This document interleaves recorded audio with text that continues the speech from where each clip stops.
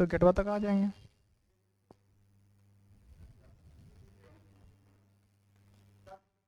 जैसा होगा फोन कर लेंगे।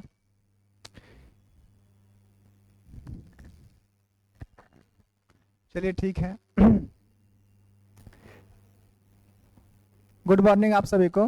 पिछली क्लास में हम लोग बात कर रहे थे लौकिक साहित्य में पद्य साहित्य की, और पद्य साहित्य में अमीर खुसरो को देखे थे। सिर्फ अमीर खुसरो को एक छोटी सी क्लास में हम लोग देख चुके थे और उनके बारे में उतनी जानकारी परीक्षा की दृष्टि से पर्याप्त थी। आज हम लोग विद्यापति को भी उसी रूप में देखते हैं। ठीक है, आज विद्यापति को देख लेते हैं। तो आदिकाल में लौकिक साहित्य के अंतर्गत आदिकाल लौकिक साहित्य में हम लोग सबसे पहले विद्यापति को देखते हैं। विद्यापति, आज विद्यापति को हम लोग इस क्लास में देखते हैं। अमीर खुसरो को देखे थे और विद्यापति को देखते हैं।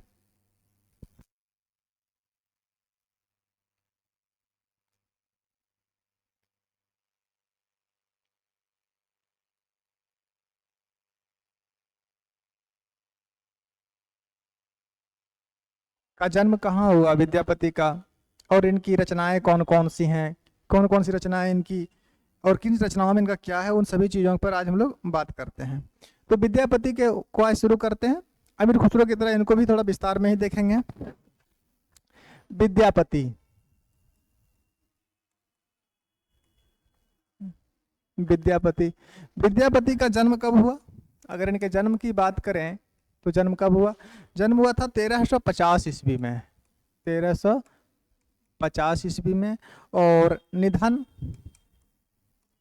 विद्यापति का जन्म और निधन, देखिए जन्म और निधन के बारे में विद्वानों में मतभेद भी है। तो निधन कब हुआ था? निधन इनका हुआ था 1460 ईस्वी में। और ये याद रखिएगा कि ये सर्वमान्य मत है। ये कैसा है? ये सर्वमान्य मत है। यही सर्वमान्य मत है कि जन्म इनका जो हुआ वो 1350 ईस्वी में और इनका निधन जो हुआ वो 1460 ईस्वी में इनका निधन हुआ। अगर हम डॉक्टर बच्चन सिंह के बारे में देखें कि डॉक्टर बच्चन सिंह क्या मानते हैं, तो इनका थोड़ा सा अंतर है।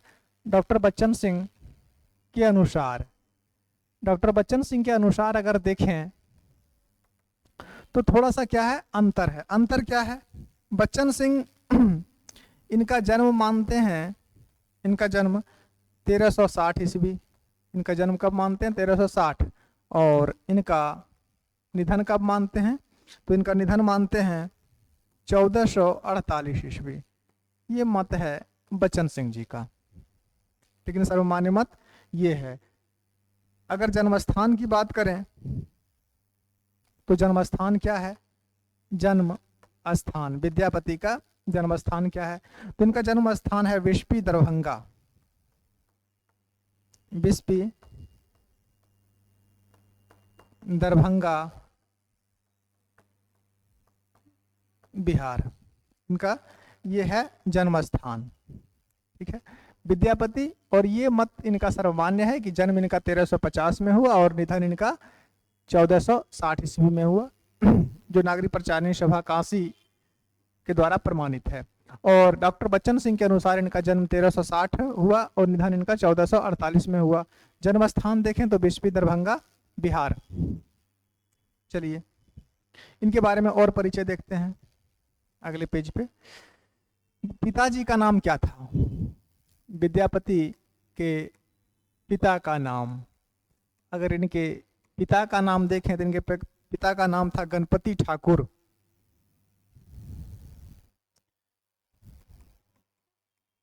गणपति ठाकुर इनको नाम था, और इन्हें योगेश्वर की उपाधि प्राप्त थी। क्या पता प्राप्त थी? योगेश्वर की उपाधि, योगेश्वर की उपाधि प्राप्त थी इनको। विद्यापति के जो पिता थे उनका नाम था गणपति ठाकुर, और उनको योगेश्वर की उपाधि प्राप्त थी। क्यों? क्योंकि ये भी एक कवि थे और इन्होंने गंगा भक्ति तरंगिणी की रचना की थी। इन्होंने किसकी रचना की? गंगा भक्ति तरंगिणी गंगा भक्ति, गंगा भक्ति तरंगिणी की रचना की गंगा भक्ति तरंगिणी की रचना की थी किसने? तो गणपति ठाकुर ने। और गणपति ठाकुर कौन थे? तो विद्यापति के पिताजी थे। चलिए, इनके माता का नाम, पहले गुरु का नाम देख लीजिए। इनके गुरु का नाम क्या था? विद्यापति के गुरु का नाम, इनके गुरु का नाम था पंडित हरि मिश्र। पंडित हरि मिश्र इनके गुरुजी का नाम था। माता का नाम क्या था? माता का नाम, अगर इनके माता का नाम देखें तो इनके माता का नाम था गंगा देवी। क्या नाम था? गंगा देवी। पत्नी का नाम क्या था? पत्नी का नाम, तो विद्यापति के पत्नी का नाम था मंदाकिनी। मंदाकिनी। बेटी का नाम क्या था? विद्यापति के बेटी का नाम, इनके बेटी का नाम था दुल्ही। इनके बेटी का नाम दुल्ही। और बेटा का नाम क्या था? बेटा का नाम, इनके बेटा का नाम था हरपति। बेटा का नाम हरपति। ये इनका रहा विद्यापति का परिचय। ठीक है। अच्छा, आश्रयदाता एक छूट गए, लिखिए आश्रयदाता का नाम क्या था? जिनके दरबार में ये रहे आश्रयदाता, तो आश्रयदाता का नाम क्या रहा? तो इनके आश्रयदाता का नाम था शिव सिंह। आश्रयदाता का नाम शिव सिंह और कीर्ति सिंह। ये दोनों के दरबार में रहे थे, चाचा भतीजा। कीर्ति सिंह दोनों के दरबार में ये रहते थे। ठीक है। शिव सिंह के दरबार में भी और कीर्ति सिंह के दरबार, दोनों के दरबार में ये रहते थे। तो ये इनके बारे में पर्याप्त परिचय हुआ। अब इनके उपनाम क्या हैं, विद्वान इनको क्या नाम देते हैं, उनको हम बाद में देखते हैं। पहले ये सभी देख लीजिए। विद्यापति आदिकाल में, आज लौकिक साहित्य के अंतर्गत, लौकिक में देखिए, लौकिक साहित्य के अंतर्गत हम अमीर खुसरो को देख चुके हैं। लौकिक साहित्य में अमीर खुसरो हो गए, अमीर खुसरो हो गए। तो आज विद्यापति देख रहे हैं। विद्यापति के बाद मुल्ला वजही देखेंगे, बसंत विलास और उन सभी रचनाएं भी देखेंगे। तो आज विद्यापति को भी हम लोग देख रहे हैं। विद्यापति, ठीक है। तो विद्यापति के बारे में, इनका जन्म कब हुआ, बच्चन सिंह के अनुसार इनका समय क्या था, ठीक है, जन्म स्थान कहाँ था, और इनका ये परिचय था। परिचय के बाद देखते हैं कि विद्यापति को विभिन्न विद्वानों द्वारा दिए गए नाम। विद्यापति को विद्वानों द्वारा दिया गया नाम। विद्यापति को विद्वानों द्वारा दिया गया नाम। विद्यापति को किस विद्वान ने क्या नाम दिया, उसको भी देख लीजिए। सबसे पहला नाम इनको जो है, एक नाम था इनका मैथिल कोकिल। किसने कहा? मैथिल कोकिल। किसने कहा था? तो मैथिल कोकिल इनको कौन नाम दिया? तो मैथिल कोकिल इनको मिथिला के विद्वानों द्वारा दिया गया था। किसी एक आलोचक ने नहीं दिया, बल्कि मैथिल कोकिल इनको मिथिला के विद्वानों द्वारा दिया गया। मिथिला के विद्वानों द्वारा दिया गया नाम था ये मैथिल कोकिल। नंबर 2, पंचानन को किसने कहा था? पंचानन। तो विद्यापति को पंचानन नाम आचार्य हजारी प्रसाद द्विवेदी ने दिया था। आचार्य हजारी प्रसाद द्विवेदी ने इनको ये नाम दिया था पंचानन। नंबर 3 पर आइए, पंचदेवोपासक कवि किसने कहा था इनको? विद्यापति को पंचदेवोपासक किसने कहा था? पंचदेवोपासक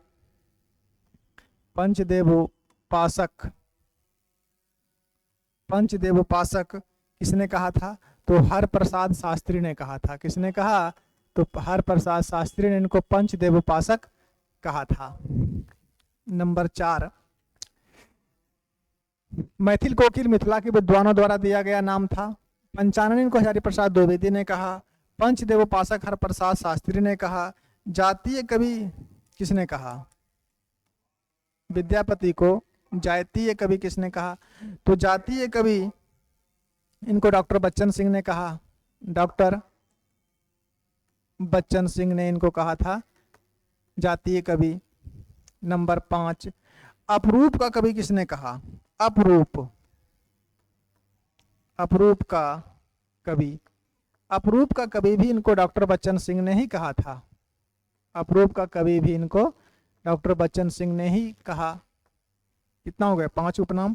छठा लिखिए, अभिनव जयदेव इनको किसने कहा था? तो ये तो इनके ही आश्रयदाता राजा जो थे शिव सिंह, उन्होंने ही कहा था। छठा, अभिनव जयदेव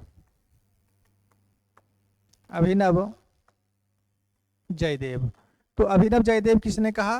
तो ये राजा शिव सिंह ने ही कहा था।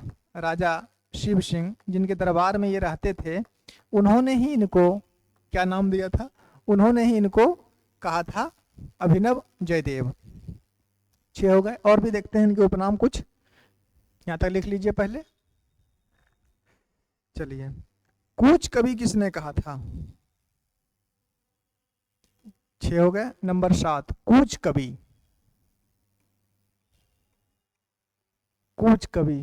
तो कूच कवि इनको 2 विद्वानों ने कहा। कौन कौन? एक तो हरप्रसाद शास्त्री ने भी कहा, हरप्रसाद शास्त्री ने भी इनको कूच कवि कहा, और एक बाबूराम सक्सेना ने भी कहा। एक इनको बाबूराम सक्सेना, ये भी इनको कूच कवि कहते हैं। ठीक है, खेलन कवि किसने कहा था? नंबर 8, खेलन कवि। तो खेलन कवि किसी विद्वान ने नहीं कहा, बल्कि इन्होंने स्वयं ही अपने आप को खेलन कवि कहा। स्वयं, ठीक है, इन्होंने स्वयं को खेलन कवि कहा था। तो ये हो गए विद्यापति के उपनाम बोल सकते हैं या विद्वानों द्वारा दिया गया नाम। तो ये लगभग 8 नाम आप लोग को हम बता दिए हैं जो मुझे पता था। ठीक है, अब इनकी हम रचनाओं के बारे में बात करते हैं कि विद्यापति की रचनाएं से पहले एक चीज और देख लेते हैं कि राम कुमार वर्मा ने विद्यापति की 16 उपाधियों का उल्लेख अपने हिंदी साहित्य के इतिहास में किया है। तो वो 16 उपाधियां कौन कौन सी थी, ये भी थोड़ा जरूरी है। लिख लीजिए, डॉक्टर राम कुमार वर्मा ने विद्यापति की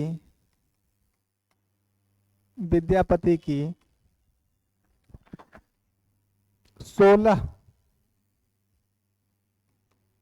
उपाधियों डॉक्टर राम कुमार वर्मा ने विद्यापति की 16 उपाधियों का उल्लेख किया।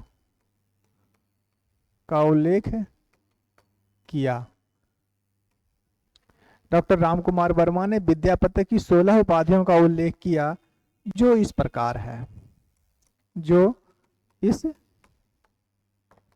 प्रकार है। ठीक है, तो ये कौन कौन सी उपाधियां इनको प्राप्त थी और राम कुमार वर्मा ने जो जो उपाधियों का नाम बताया है वो हम लोग देख लेते हैं। नंबर 1, अभिनव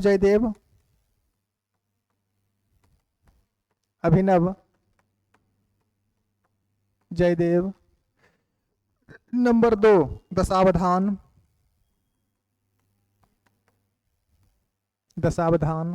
नंबर 3, कवि शेखर।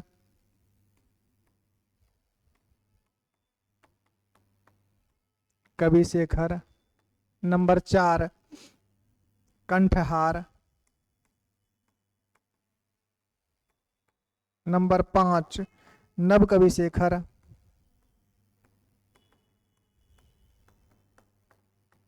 नव कवि शेखर। नंबर 6 में लिख लीजिए सरस कवि। नंबर 6 सरस कवि। नंबर 7 खेलन कवि। खेलन कवि। नंबर 8 कवि। 9वां नंबर पर लिख लीजिए सुकुमार कंठहार। सॉरी सुकवि कंठहार था ना, सुकवि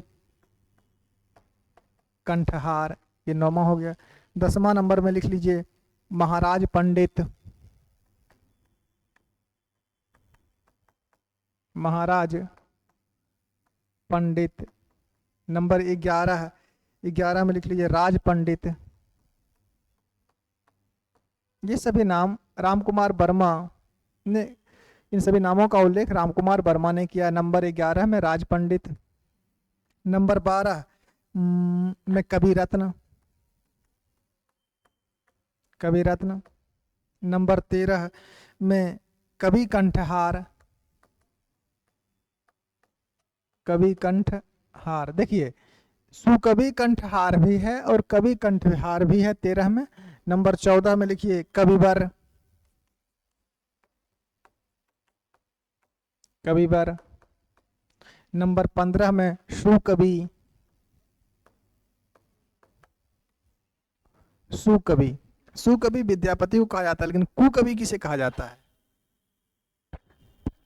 कुकवि, कुकवि स्वयंभू का एक उपनाम है।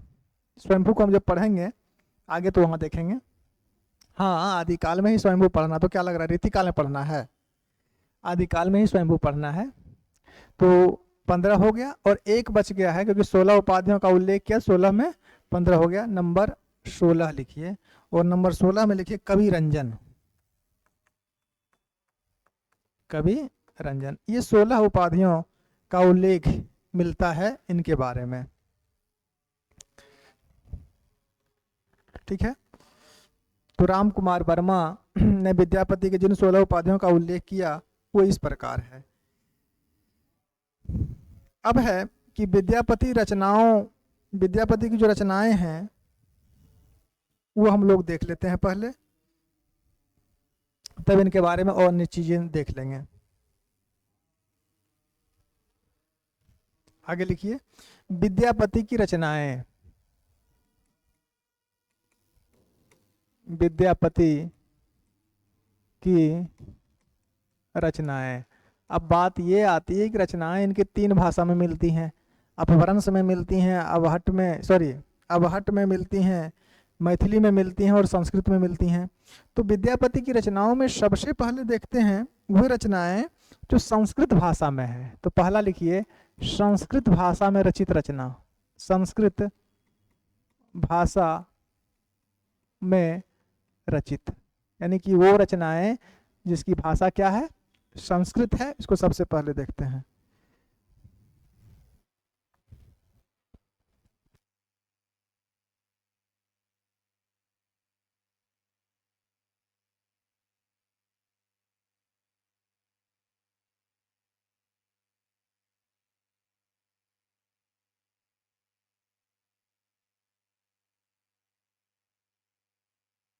ठीक है, तो संस्कृत में कौन कौन सी रचनाएं इनकी रचित हैं उसको थोड़ा सा देख लीजिए। नंबर 1 शैव सर्वस्व सार। शैव सर्वस्व सार। नंबर 2 गंगा वाक्यावली। गंगा वाक्यावली। नंबर 3 में लिखिए दुर्गा भक्ति तरंगिनी। दुर्गा भक्ति तरंगिनी। देखिए गंगा भक्ति तरंगिनी इनके पिताश्री की रचना थी, गणपति ठाकुर की।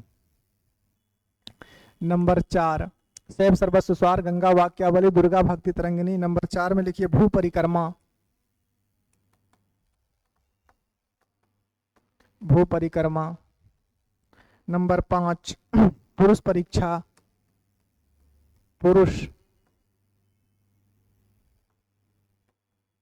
परीक्षा। नंबर 6 दान वाक्यावली,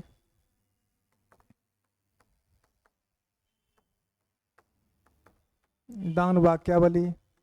नंबर 7 लिखनावली,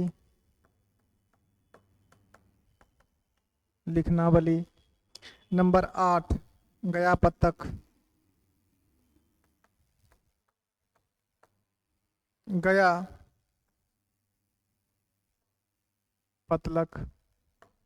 नंबर 9 वर्णकृत्य,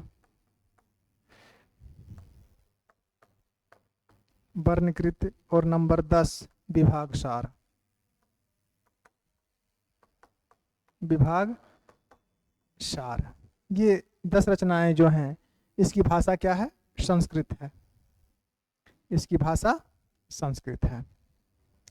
अब देखते हैं कि मैथिली में रचित कौन कौन सी हैं। नंबर 2 देखिए मैथिली में रचित, तो मैथिली में रचित तो एक ही है इनकी, मैथिली में रचित। अगर मैथिली में रचित की बात करें तो मैथिली में रचित इनकी एक ही रचना है जिसका नाम है पदावली। एक ही रचना है, कौन? पदावली। नंबर 3 में आ जाइए और लिखिए अबहट में रचित, अबहट में रचित। अगर अबहट में रचित की बात करें, अबहट में रचित, तो अबहट में रचित इनकी कौन सी रचना है? मात्र 2 है। एक है कीर्तिलता, एक कौन सी है? कीर्तिलता। और एक है कीर्ति पताका, एक है कीर्ति पताका। 3 हो गए। और एक है जो संस्कृत, प्राकृत और मैथिली तीनों में रचित है, और वो नाटक ही है इनका। नंबर 4 लिखिए संस्कृत, प्राकृत, संस्कृत, प्राकृत एवं मैथिली में रचित, संस्कृत, प्राकृत एवं मैथिली में रचित। तो इसमें है क्या कि जो श्लोक है वो संस्कृत में है, और ये सभी चंपू काव्य टाइप के नाटक हैं। तो इसमें जो अर्धलियां दी गई है वो, और जो उसकी व्याख्या की गई है वो प्राकृत और मैथिली में, लेकिन श्लोक जो है वो संस्कृत में है। इसीलिए ये तीनों रचनाएं जो हैं वो आती हैं संस्कृत में भी, प्राकृत में भी और मैथिली में। और ये कौन कौन सी 3 रचनाएं हैं? पहली रचना है इनका गौरक्ष विजय, गौरक्ष विजय पहली। दूसरी है इनकी पारिजात हरण, शायद इसका नाम आप लोग नहीं जान रहे होंगे, पारिजात हरण। और तीसरी जो है ये वो है रुक्मिणी परिणय, रुक्मिणी परिणय। ये 3 रचना है। और याद रखें कि ये तीनों रचनाएं नाटक हैं। तीनों क्या हैं? नाटक हैं। ये भी नाटक है, ये भी नाटक है, और ये भी नाटक है। ये तीनों रचनाएं इनकी नाटक है। और तीनों की भाषा कैसी है तो वो बता दिए हैं कि इसमें जो श्लोक है वो संस्कृत में है, और इसका जो व्याख्या किया गया है और या अन्य जो कथाएं आती हैं वो कुछ मैथिली में भी हैं और कुछ अपभ्रंश प्राकृत में भी हैं। तो ये इनकी रचनाएं हो गई। इनकी रचनाएं कुछ ज़्यादा नहीं थी, इतनी ही इनकी रचनाएं भी हैं। सबसे अधिक रचनाएं इनकी संस्कृत भाषा में मिलती हैं। अब रचनाओं के वर्ण विषय के संबंध में विद्वानों के मत क्या हैं? मतलब ये हुआ कि कौन से कवि या कौन से आलोचक इनको भक्ति कवि मानते हैं, कौन सा इनको श्रृंगारिक मानते हैं, और कौन से कवि इनको रहस्यवादी मानते हैं, कौन से विद्वान इनको रहस्यवादी मानते हैं। थोड़ा सा इसको देख लीजिए।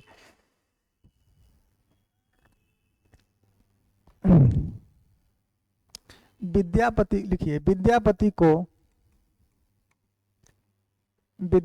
को भक्त कवि मानने वाले विद्वान। देखिए, पहली बात तो यह है कि लोगों के मन में ऐसी दुविधा क्यों आई, क्योंकि ये भक्त कवि हैं, ये श्रृंगारिक कवि हैं, रहस्यवादी कवि हैं। ऐसी दुविधा आने का कारण है इनकी रचना, ठीक है। और उसमें से सबसे महत्वपूर्ण कौन सी रचना से इनका ऐसा दुविधा हुआ है, वो है पदावली। पदावली के आधार पर ही इनको 3 भागों में बांट दिया जाता है कि कुछ विद्वान इनको भक्ति कवि मानते हैं, भक्त कवि मानते हैं, कुछ इनको रहस्यवादी मानते हैं और कुछ इनको श्रृंगारिक कवि मानते हैं। तो पदावली का इनका जो वर्ण विषय था उसके आधार पर इनका विभाजन 3 रूपों में किया जाता है, भक्त कवि के रूप में, श्रृंगारिक कवि के रूप में और रहस्यवादी कवि के रूप में। तो कौन से विद्वान इनको भक्त कवि मान रहे हैं, कौन से विद्वान इनको रहस्यवादी कवि मान रहे हैं, कौन से विद्वान को श्रृंगारिक कवि मान रहे हैं, वो छवि देख लीजिए।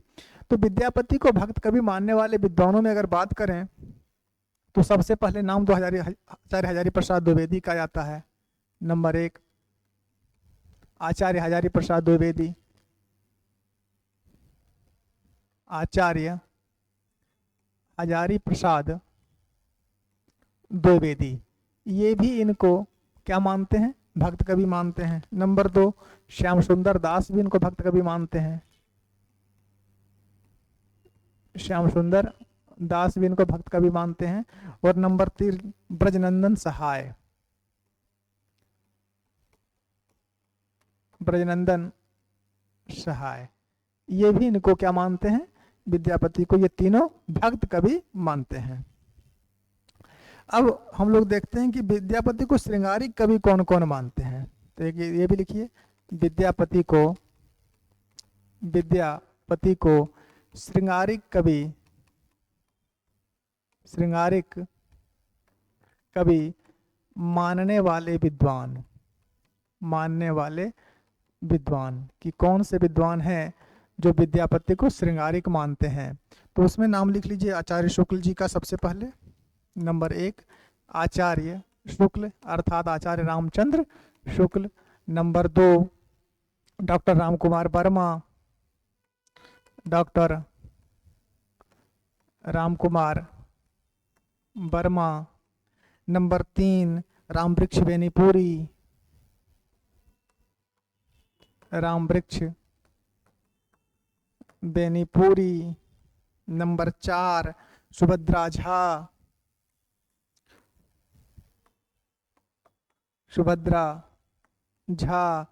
नंबर 5 हरप्रसाद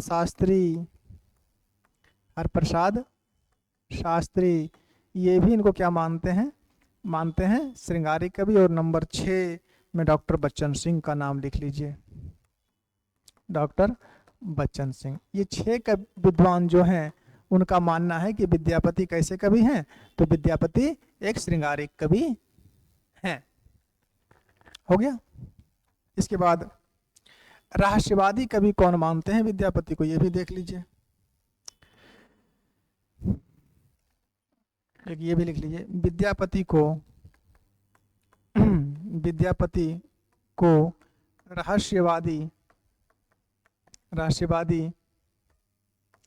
कवि मानने वाले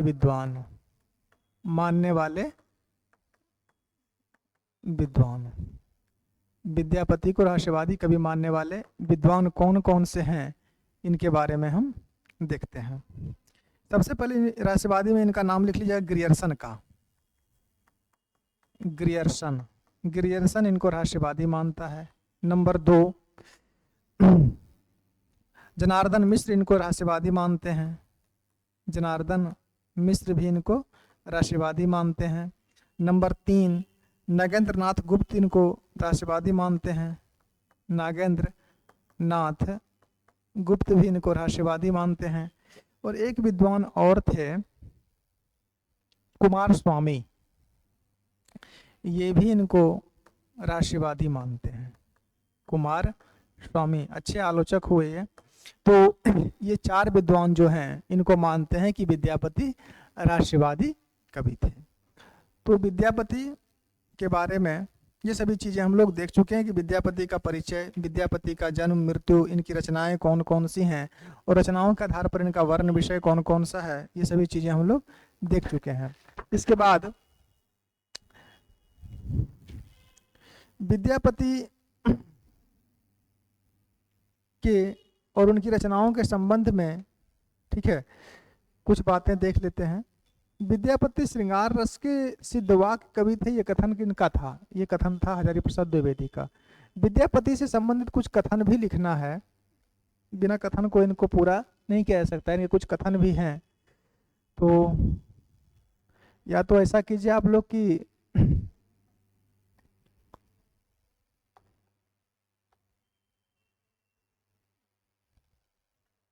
विद्यापति, तो विद्यापति के बारे में परिचय हो गया। परिचय के बाद इनके उपनाम क्या क्या हुए, उपनाम के बाद इनकी 16 उपाधियां जो रामकुमार वर्मा ने वर्णित किया है, उनके बाद इनकी रचनाएं जो संस्कृत में हैं, जो मैथिली में हैं, जो आवाहट में है, और इनके 3 नाटक जिसकी भाषा खिचड़ी है। खिचड़ी है का मतलब संस्कृत भी है, पाली भी है और मैथिली भी है, और कोई भाषा नहीं है। इसके बाद इनके मानने वाले विद्वान कौन से हैं। अब बच गया विद्यापति का वर्ण विषय क्या रहा, ठीक है, इनका वर्ण विषय क्या है, इनकी किस रचना में किसका वर्णन है, ठीक है। जैसे कि कीर्तिलता में कहाँ का चित्रण है, किस रचना को इनको भृंग भृंगी संवाद कहा जाता है, विद्वानों के बारे, आलोचकों का इनके बारे में क्या कथन है, तो ये सभी चीजें अभी बची हुई हैं। तो ऐसा करते हैं कि अगले क्लास में ही इनको देखते हैं, कि आज इनको पूरा करना थोड़ा दिक्कत लग रहा है, क्योंकि इनके बारे में कम से कम कुछ 10-15 कथन भी लिखना है, क्योंकि एक कथन इनके बहुत ज़्यादा चर्चित हैं, जो पूछे भी अधिकांश जाते हैं, और आलोचकों के कथन पूछे जाएंगे, और इनके संबंध में फिर कुछ जो महत्वपूर्ण विशेष तथ्य है वो भी लिखना है, और इनकी कुछ पंक्तियां भी लिखनी है। तो ऐसा करते हैं अगले क्लास में ही इसको देखते हैं। आज इस क्लास में इतना ही रहने देते हैं। अगले क्लास में हम लोग विद्यापति को देख लेने के बाद फिर मुल्ला दाऊद या बसंत विलास आदि की रचना को देखेंगे। तो आज इसके इस क्लास में इतना ही रहने दीजिए। अगले क्लास में हमको लोग मिलते हैं, तो उसमें हम विद्यापति और उनकी रचनाओं के संबंध में अनेक तथ्य देखते हैं, आलोचकों के इनके बारे में क्या मत है, वो सभी चीज़ों की चर्चा करेंगे। तो आज के इस क्लास में इतना ही रहने दीजिए। चलिए, जय हिंद आप सभी को, है ना।